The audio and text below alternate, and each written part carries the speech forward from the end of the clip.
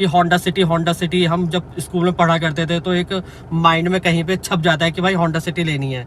Hello भाई, मैं पवार। आज हम देखने वाले हैं होंडा सिटी का एक पूरा ओनरशिप एक्सपीरियंस। होंडा कार्स के साथ मैं कुछ ज़्यादा फेमिलियर नहीं हूँ, तो आज मेरे मन में भी बहुत डाउट्स हैं कि होंडा की जो सिटी आती है, इनकी सबसे ज़्यादा यही कार फेमस है, एक ये और एक अमेज, यही ज़्यादा बिकती है।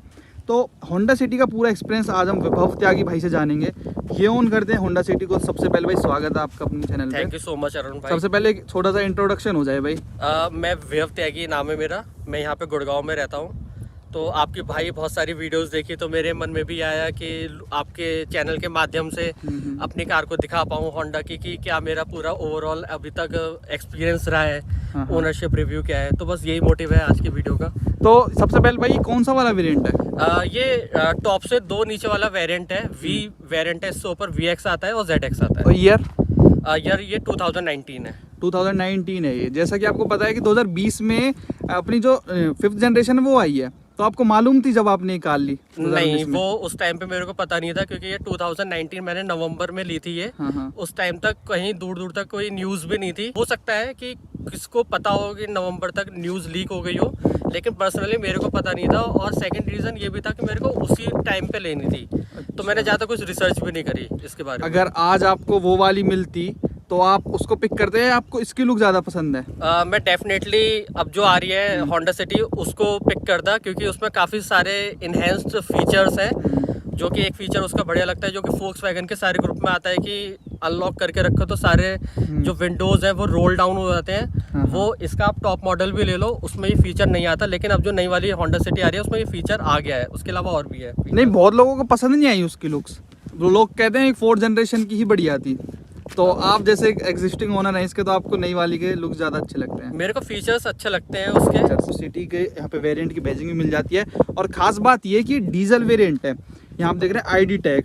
भाई सबसे ज़्यादा होंडा सिटी जो बिकती है वो पेट्रोल में बिकती है। इसका जो IV टैग है वो मशहूर है। तो क्या रीज़न रहा कि भाई आपने सोचा कि मैं डीजल लूँगा होंडा सिटी, क्योंकि डीजल में वरना ज़्यादा बिकती है, तो आपने होंडा सिटी ही क्यों ली?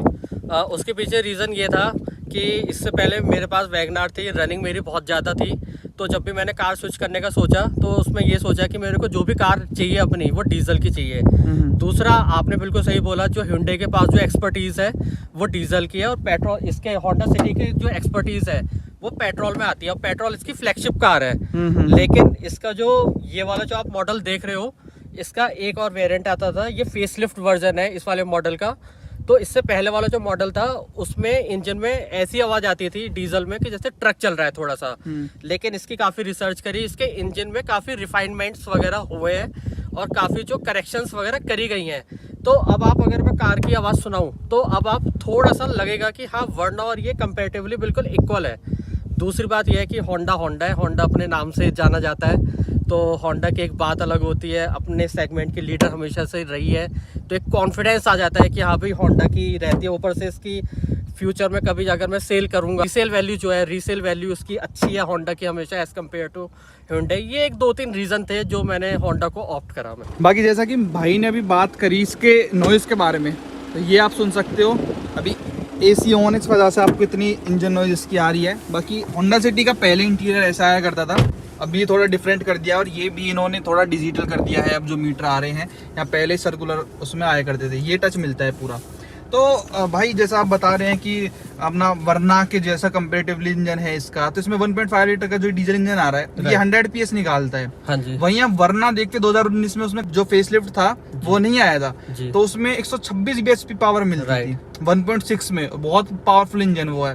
तो 26 bhp का फर्क है, और आप कह रहे हो कि कंपेरेटिवली ये ज़्यादा बेहतर है डीजल इंजन के हिसाब से। देखिए, जो बेहतर बताया वो मैंने अपने पर्सनल जो मेरे को यूज़ करना है उसके वजह से बताया। इसके पीछे लेने की एक मैं इंटरेस्टिंग स्टोरी ये बताता हूँ कि इससे पहले मेरे पास वैगनार थी। वैगनार मेरे पास CNG में थी, तो उससे जब स्विच करना था, इस वाले सेगमेंट में आना था, मेरे लिस्ट में, बकेट लिस्ट में 5 कारें थी। Skoda Rapid, Volkswagen Vento, Honda City, Verna और मारुति की सियाज। मतलब कुल मिला के C सेगमेंट सेडान आप देख रहे थे? राइट, हाँ भाई जमाना तो उस टाइम SUVs का था। बस ये था कि मेरे को सेडान ही लेनी थी। एक माइंड में बैक ऑफ द माइंड था कि मेरे को सेडान ही लेनी है अगली कार।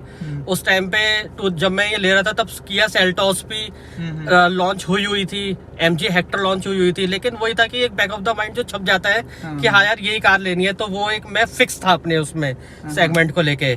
अभी जैसे आपने 5 कारों के बारे में बताया, तो कैसे कैसे कौन सी कार रिजेक्ट होती गई, इसके बारे में और बात करते हैं। उसके बारे में ये था कि हम जब भी हम कार लेने जाते हैं हमारे बकेट लिस्ट में ये होता है कि परफॉर्मेंस कैसी होनी चाहिए, कार के फीचर्स क्या क्या होने चाहिए, माइलेज, और बहुत बड़ा चीज होता है फैक्टर मेंटेनेंस के क्या है कि आफ्टर सेल सर्विस और जो हम सर्विसेज वगैरह कराते हैं। तो अब जैसे स्कोडा और फोक्सवैगन का मैंने नाम लिया, तो ये 2 कार तो मेरे उस वाले फैक्टर में बाहर हो गई कि जैसे उनका मेंटेनेंस बहुत ज्यादा होता है फोक्सवैगन की और आपके स्कोडा की कारों का। उसके बाद मेरे पास 3 कारें बची, सियाज, वर्ना और होंडा सिटी। सियाज मैंने इसलिए बाहर निकाल दी लिस्ट से कि उसमें क्रूज कंट्रोल नहीं आता, उसके टॉप मॉडल में भी उस टाइम पे नहीं आता था। अब का मेरे को पता नहीं। अच्छा। तो अब जैसे मैंने आपको पहले बताया कि रनिंग बहुत है, इसलिए मेरे को डीजल कार चाहिए थी। अब जब हम लॉन्ग ड्राइव पे जाते हैं या बहुत ज्यादा चलते हैं तो क्रूज कंट्रोल एक ऐसा फीचर होता है कि हमें बहुत ज्यादा कंफर्ट ऐड कर देता है हमारे ड्राइविंग को लेके। तो वो लिस्ट से बाहर हो गई। अब बात आती है वर्ना और होंडा सिटी का। तो वो बात भाई आपकी बिल्कुल सही थी कि उसमें 126 bhp की पावर है, इसमें 100 bhp की पावर है। इसमें थोड़ा सा मेरे को कंपैरेटिवली माइलेज थोड़ा बढ़ के मिल जाता है। और कहीं ना कहीं एक होंडा का बचपन से हम सुनते थे, जब ये हुंडई की कारें इंडिया में लॉन्च नहीं हुई थी, बचपन से मेरे को कारों का, जैसे आपको बहुत ज्यादा शौक है, मेरे को भी बहुत ज्यादा शौक था कि होंडा सिटी। हम जब स्कूल में पढ़ा करते थे तो एक माइंड में कहीं पे छप जाता है कि भाई होंडा सिटी लेनी है। तो आप एक कह सकते हो कि ऑथेंटिक में फैन हूँ होंडा सिटी का। अच्छा। लेकिन वो बात आपकी सही है कि हुंडई की एक अपनी अलग पहचान है। तो बहुत लोग होंडा सिटी को आगे रखते हैं, बहुत लोग वर्ना को आगे रखते हैं। तो फीचर्स वाइज में वो ज्यादा आगे है और परफॉर्मेंस में हुंडई वर्ना ज्यादा आगे है। लेकिन माइलेज में थोड़ा चाहिए था, ऊपर से होंडा सिटी का मैं थोड़ा फैन हूँ, तो इस वजह से मैंने ये चूज करी कार मैंने। तो भाई आज तक कोई रिग्रेट होता है कि भाई अब वरना जब मैं रोड पे देखता हूँ तो ऐसा लगता है कि यार ये गाड़ी भी बढ़िया है? नहीं, 1% भी 1.5 साल चला चुके हो आप कार? नहीं, अभी तक टचवुड मेरे को कोई भी ऐसे रिग्रेट्स फील नहीं हुए हैं। मेरे को पता था कि मैं क्या प्रोडक्ट में खरीदने जा रहा हूँ। तो जब आपको पता होता है कि आप क्या चीज खरीदने जा रहे हो तो फिर कोई इफ्स एंड बट्स के कोई स्कोप रह नहीं जाता। तो जैसा अभी आपने माइलेज का भी जिक्र करा था, तो माइलेज क्या निकाल देती है भाई होंडा सिटी डीजल में? डीजल में ये अभी 23 से 24 का निकाल देती है परफेक्ट सिटी कंडीशंस में, अगर मैं ज़्यादा तेज नहीं चलाऊं, क्रूज कंट्रोल पे रख के और एक कांस्टेंट स्पीड पे अगर मैं ड्राइव करूं। भाई 1500 सीसी का इंजन, 23-24 की माइलेज? हाँ जी, सिटी में? हाँ जी, ये अभी लिखा भी दिखाया रहा है और मैंने काफ़ी बार टेस्ट भी करा है। बाकी हाईवे पे कितने दे देता है फिर ये? मैंने हाईवे पे ही बताया कि 60 to 80 की स्पीड अगर आप सिटी के अंदर या हाईवे पे अगर आप मेंटेन करके चल रहे हो तो 24 के अराउंड आपका ये निकाल देगा जैसे ही। लेकिन अगर आप 80 से ऊपर लेके जाते हो तो माइलेज ड्रॉप होना शुरू हो जाता है। अच्छा। 80 इसमें स्पीड पे डिपेंड करता है और वो आपका ड्रॉप होके वो आपका 20-21 भी निकाल देता है। मैं लास्ट मंथ मैं देहरादून गया था, पूरा पहाड़ी इलाका था, मैं मसूरी वगैरह पूरा अंदर एक्सप्लोर करा। तो मैं मेरठ से मैं देहरादून और वापसी की ट्रिप मेरी 500-550 किलोमीटर की थी। उसमें इसने 17 से 18 किलोमीटर का निकाला, लेकिन उसमें मैंने अपने पूरी इसके लिमिट्स को मैंने टेस्ट करा था होंडा सिटी की। उसमें आपको पता ही है कि थोड़ा सा जब इंसान पुश करता है लिमिट्स को तो वो थोड़ा 100 से थोड़ा, आप समझ रहे हो ना, थोड़ा ऊपर चली जाती है स्पीड। तो उसमें हाँ 80 से नीचे नहीं रही स्पीड इसमें। तो भाई 1.5 साल पहले 2019 में कितने की पड़ी ये? मेन चीज ये ऑन रोड प्राइस मेरे को सब कुछ टैक्स वैक्स इंश्योरेंस मिला के 13.5 लाख की पड़ी थी मेरे को। 13.5 लाख के हिसाब से डीजल इंजन आपको इतना पावरफुल मिल रहा है, तो ये काफ़ी सही डील है। भाई इसके अलावा होंडा की सर्विसिंग के बारे में बात करते हैं। होंडा की सर्विस कैसी है? डीजल इंजन की अगर मैं बात करूँ, जो माइनर सर्विसेज होती हैं उनका 5 से 6 हज़ार रुपये के मेरे को बीच को पड़ा है। और जो मेजर सर्विसेज होते हैं जिसमें सब कुछ क्लीनिंग और कुछ चीज़ें रिप्लेस भी करानी पड़ती हैं तो उसका 15,000 रुपये के आसपास का बिल आ जाता है। माइनर से भाई का मतलब 10,000 वाली होती है, उसके बाद 20,000 पे जो है इन्होंने वो 20,000 वाली पे कितना खर्चा आया था भाई? 20,000 में मेरा 15,000 का खर्चा आ गया था। हाँ। और अभी दोबारा मैंने 30,000 की इसकी सर्विसेज कराई है तो उसमें जो खर्चा आया है वो आया था 7-8 हज़ार रुपये का। हाँ, ऐसे चलता है कि 10 पे माइनर फिर 10 पे मेजर, हाँ जी, ऐसे हाँ होता है। तो स्पीड क्या है भाई इसकी, अगर कभी निकाली हो तो?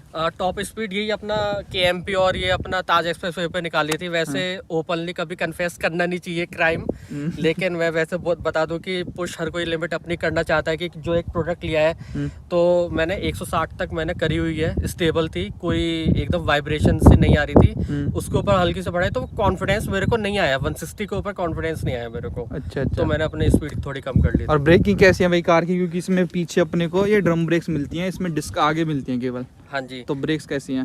ब्रेकिंग काफ़ी अच्छी है, कंट्रोल में चलती है, पूरी कार बिल्कुल चिपक के चलती है।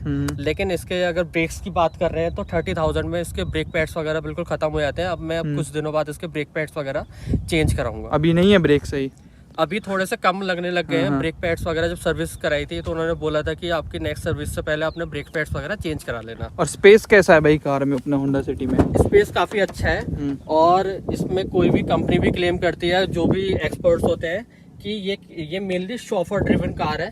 पीछे आराम से बैठो। ये अपने सेगमेंट में सबसे ज़्यादा रियर सीट का जो केबिन स्पेस है सबसे ज़्यादा इस सेगमेंट का है। तो आती होंगी आवाज़ें वगैरह। देखो भाई, ये जो इसका, ये आपने कभी चेक नहीं करवाया क्या, ये क्यों आवाज़ कर रहा है इसे? ये मैंने कभी चेक नहीं कराया, लेकिन अब आपने ढूंढा है तो मैं इसको जरूर चेक कराऊंगा। ये तो एकदम तुरंत फील हो जाती है चीज़। बाकी इसकी फिट एंड फिनिश वगैरह सही है भाई? मतलब आपको जो लगता है आपकी कार में से कोई 30,000 के बाद कोई रैटलिंग नॉइज आ रही हो, ऐसा कुछ? नहीं, कोई रैटलिंग नॉइज वगैरह नहीं है। तो बाकी एक सिटिंग तो बड़ी नीचे रहती है भाई सेडान की, वो हैचबैक से भी बड़ी नीचे। बाकी इसमें हाइट एडजस्टेबल अपने को सारा मिल जाता है। इसके अलावा हेडलैम्प्स वगैरह कैसे हैं भाई? हेडलैम्प्स इसमें प्रोजेक्टर नहीं है, हेलोजन है, लेकिन क्लैरिटी उनकी भी काफ़ी अच्छी है। तो मेरे को कोई मिस नहीं करता कि प्रोजेक्टर हेडलैम्प्स उसमें होने चाहिए थे। बाकी भाई आपकी वीडियो से इंस्पिरेशन मिलती रहती है कि जब कभी मिस करूंगा तो भाई अपना करोल बाग आपकी भाई वाली दुकान के उसमें जाके अपना चेंज करा लेंगे, जो अपना मिस करेंगे कभी हेडलैम्प्स वगैरह। तो बाकी यहाँ पे देखो भाई, आपको सारा कंट्रोल मिल जाते हैं। अपना ऑटो फोल्डेबल वाले इसमें ORVMs आते हैं, पुश स्टार्ट स्टॉप बटन आता है वी वाले वेरिएंट से ही। अभी वाला जो बीच का वेरिएंट है वो होंडा ने बहुत सही उसमें फीचर्स डाल दिए हैं। और टॉप आ रहा है उसमें तो बहुत ही, उसमें कैमरा डाल दिया है उसके बगल में, और यहाँ पे पूरा डिजिटल करके मस्त भाई। इंफोटेनमेंट जे वो डिजी पैड करके बुलाता है ना होंडा इसको। जी डिजी पैड। तो ये 2.0 से पहले वाला वर्जन होगा, तो इसमें शिकायत रहती थी कि हैंग होता है या लैग करता है, ऐसा कुछ आपको शिकायत होती है कभी इसमें? ये जैसे मैंने बताया कि इस वाले ये फेसलिफ्ट वाला जो वर्जन आया है तो इसमें इंजन के साथ साथ इस पे भी काम करा गया है डिजी पैड में। और इसमें कोई हैंग नहीं होता, कोई इश्यू नहीं आ रहा है इसमें। अगर आप भी टच करोगे तो बिल्कुल सॉफ्ट टच है। अच्छा। और कितनी बार भी आप लेफ्ट या राइट स्वैप करोगे तो तुरंत ये फंक्शन करता है। इसका रेस्पॉन्स टाइम बहुत अच्छा है इसका। और ये नवी मैप्स इफेक्टिव है? नेवी मैप्स बिल्कुल इफेक्टिव है, सारे इसमें डेटा वगैरह सारा बिल्कुल एक्यूरेट है। ये तो भाई मेरे को मतलब Hyundai वाली से भी ज्यादा स्मूथ लग रहा है। हाँ जी, ये रेस्पॉन्स टाइम काफी अच्छा है इसका। पहली वाली में दिक्कत बताते हैं लोग, लेकिन ये तो काफी स्मूथ लग रहा है। तो ये सब चीजें पता लगती है जब भाई आप एक ओनर से सारी बातें करते हैं। इसके अलावा गियर नॉब बड़ा छोटा सा है भाई इसका जी, और काफी स्मूथ भी है। गियर बॉक्स पे काफी स्मूथ लगा है। यहाँ पे अपने को एवरेज वगैरह आप यहाँ पे भी देख सकते हैं, यहाँ पे 22 की शो कर रही है। और ये टोटल इसकी 30,697 किलोमीटर भाई ने कवर कर लिया। बाकी अब बात करते हैं भाई, अगर आज 2021 में आपके पास 13.5 लाख रुपए में कोई चॉइस रहती भाई कि कोई कार मेरे को पिक करनी है, तो आज आप कौन सी के लिए देखते हैं? आज की डेट में बहुत सारे ऑप्शंस ओपन हो गए हैं। तो एक तो किया सेल्टोस को मैं डेफिनेटली देखता, क्योंकि जिस टाइम पे मैंने ये कार ली थी उस टाइम पे किया सेल्टोस और MG हेक्टर लॉन्च हुए थे। तो it was too early for me to pick that brand, क्योंकि उस टाइम पे मार्केट में ज़्यादा थी नहीं वो कारें। तो definitely I will go with Kia Seltos और समथिंग लाइक दैट। वो उसमें फुलफिल कर देता है, काफ़ी सफिशिएंट इसका बूट स्पेस। सेडान्स में यही फायदा मिल जाता है, बस अपने को जो बूट स्पेस है वो एक्स्ट्रा मिल जाता है। बाकी ये जो कपड़ा सा लगा रखा है होंडा ने, जैसे ये ऐसे ही है, ये ठीक लगता है आपको? हाँ, ये इसके बिहाइंड द सीन आपको ऐसा दिखेगा। थोड़ा सा मेरे को भी लगता है ये। हाँ, ये परमानेंट जैसा नहीं लगता, ऐसा लगता है टेम्पररी सॉल्यूशन कुछ कर रखा हो इसका, क्योंकि ये आप देखेंगे पूरा यहाँ पे ऐसे ही हिलता है। तो थैंक यू भाई, थैंक यू सो मच भाई। तो कैसा लगा भाई आपको होंडा सिटी का पूरा एक्सपीरियंस, आप कमेंट्स में जरूर बताएं। वीडियो देखने के लिए आपका धन्यवाद, थैंक यू सो मच।